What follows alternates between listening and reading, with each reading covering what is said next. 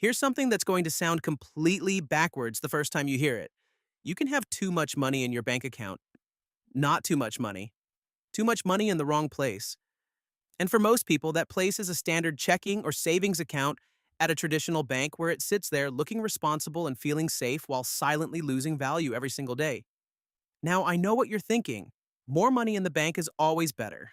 Yeah, that's just common sense. And up to a specific number, you're completely right. But past that number, you're not being responsible anymore. You're leaving thousands of dollars on the table every single year without even realizing it. My name is Dave, and I love helping people find the moments where the advice that feels safe is actually quietly working against them. Today, we're going to find your specific number, the ceiling above which keeping cash in a bank account stops protecting you and starts costing you. And I promise by the end of this, the way you think about that balance in your account is going to look very different. But before we get to the number, let's talk about something most people have never actually thought about. What does your bank do with your money when it's sitting in your account? Because here's the thing, the bank isn't holding it for you. It's not sitting in a vault somewhere with your name on it. The moment you deposit money, the bank lends it out to mortgage borrowers, to businesses, to people carrying credit card balances at 22% interest. The bank is out there earning 6, 8, 10, sometimes 20% on your money. And what are they paying you for the privilege of using it? The national average interest rate on a traditional savings account right now is 0.46%, not 4.6%, 0.46%. So your bank is earning potentially 20% on your money and handing you back less than half a percent. That's not a savings account. That's a really generous donation to your bank's quarterly earnings report. And here's the kicker. The more money you keep sitting above the threshold we're going to talk about, the bigger that donation gets. Every single month. So what's the number? Here's how you calculate your personal ceiling. Start with your emergency fund. 3 to 6 months of your actual monthly costs. Not your income, your costs. Housing, food, transportation, utilities, healthcare. The money you'd need to survive if your income disappeared tomorrow. Then add 1 month of fixed expenses on top of that as a buffer. Bills arrive on weird schedules. Payroll timing creates gaps. That buffer keeps you from accidentally overdrafting while your money is working somewhere else. For most American households, that calculation lands somewhere between $15,000 and $35,000. Single person, stable job, lower cost of living, closer to $15,000. Dual income household with variable income in an expensive city, closer to $35,000. That's your ceiling. Everything above it is idle capital, sitting in an account earning almost nothing while inflation runs at 2 to 3% annually, which means in real terms, excess cash in a standard bank account isn't just not growing, it's shrinking, quietly, every month, while you feel responsible for having it there. Now, let me show you what that actually costs in real money, because this is where it gets genuinely uncomfortable. The average American household keeps around $42,000 in liquid bank accounts, according to Federal Reserve data. Against a median emergency fund requirement of roughly $20,000, that means the average household has about $22,000 sitting above their ceiling. At 0.46%, that $22,000 earns $101 a year. $101 for $22,000 sitting there. Now move that same $22,000 to a high-yield savings account paying 4.5%, which exist right now and are completely accessible and federally insured. Suddenly, you're earning $990 a year. Same money, same safety, 10 times the return. That's an $889 annual improvement for about 20 minutes of work. But here's where it gets really interesting. Take that same $22,000 and put it into a simple index fund for 20 years at the historical average return of 8%. You end up with $102,000. Leave it in the traditional savings account for those same 20 years at 0.46%. You end up with $24,000. That's a $78,000 gap. Not from saving more, not from earning more, just from correctly placing money that was already saved. $78,000 that either gets built or doesn't, based entirely on which account that excess cash sits in. That's the real cost of staying above the ceiling in the wrong place. Here's something else worth knowing, and this one surprises a lot of people. There's actually a hard legal limit on how much the government will protect in a single bank account, the FDIC.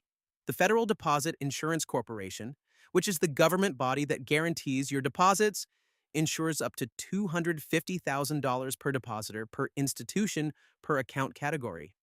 Above that number, if the bank fails, your money above $250,000 is not guaranteed. Not protected, not insured, just gone. Now, for most people, that threshold isn't immediately relevant. Most people aren't keeping $250,000 in a checking account, but it matters in specific moments. An inheritance that just landed, a property sale that closed, a business exit, a legal settlement. Money that arrived suddenly and is sitting in a single account while you figure out what to do with it. If that amount exceeds $250,000 at a single institution, part of it has zero federal protection. And even below that threshold, the FDIC limit is basically the government telling you something important. That deposit accounts are not designed to be the home for large accumulations of wealth. They're a utility, a transaction processing tool, not a wealth building vehicle. So, where does everything above your ceiling actually go? Here's the order that makes the most sense for most people. First, anything above your ceiling with a time horizon under 3 years goes into a high yield savings account, currently paying between 4% and 5% depending on the provider. FDIC insured exactly like your current bank, accessible within 1 to 2 business days. You are not taking on any additional risk. You are just getting paid properly for the cash you were already holding. 3 years is the cutoff because the stock market can drop significantly in a short window, and you don't want money you might need soon exposed to that. If you need the money within 3 years, high yield savings. If you won't need it for 5 years or more, it belongs in the market. Second, anything above the ceiling with a longer time horizon goes into tax-advantaged accounts first. Your 401k to at least the employer match because that's a guaranteed 50 to 100% immediate return, and nothing else on this list comes close. Then, a Roth IRA to the annual limit. Then, an HSA if you're eligible. Then, back to max the 401k. These shelter your money from taxes in ways a regular account never can. Third, anything left over after you've maxed your tax, Advantaged Options goes into a taxable brokerage account in low-cost index funds. No contribution limits, no withdrawal restrictions, just money compounding at the historical rate of return instead of sitting at 0.46% funding someone else's profits. Now here's the part that explains why most people never actually do this even when they understand the math. The bank account balance feels safe in a way that nothing else quite replicates. An investment account goes up and down. Some months the number is lower than it was the month before. That fluctuation is uncomfortable. It feels like losing something even when the long-term trajectory is strongly upward. The bank account number doesn't move unless you move it. It just sits there, stable, solid, reassuring. And that reassurance is genuinely valuable in the short term. But here's what most people don't realize about that feeling. That stability is the product the bank is selling you. The 0.46% isn't the product. The feeling of safety is. And it is an extraordinarily effective product because it keeps trillions of dollars sitting in accounts earning almost nothing while the bank's lending that money out at multiples of what they're paying. The fluctuation in an investment account isn't a cost. It's the mechanism by which the return gets generated. You can't separate them. Volatility and long-term return are the same thing. And every market decline in modern history has eventually recovered for investors who stayed in long enough to collect. The real cost isn't watching an account balance dip in a bad month.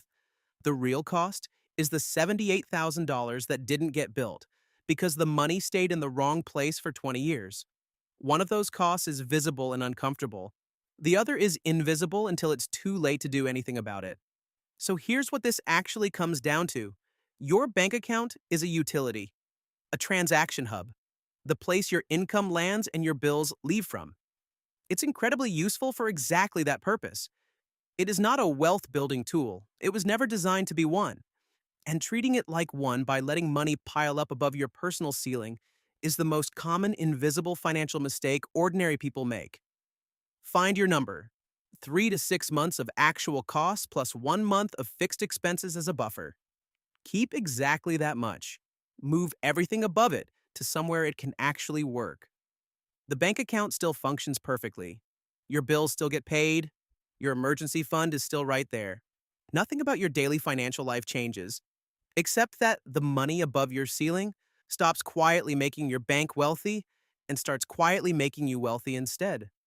And honestly, that seems like a much better arrangement.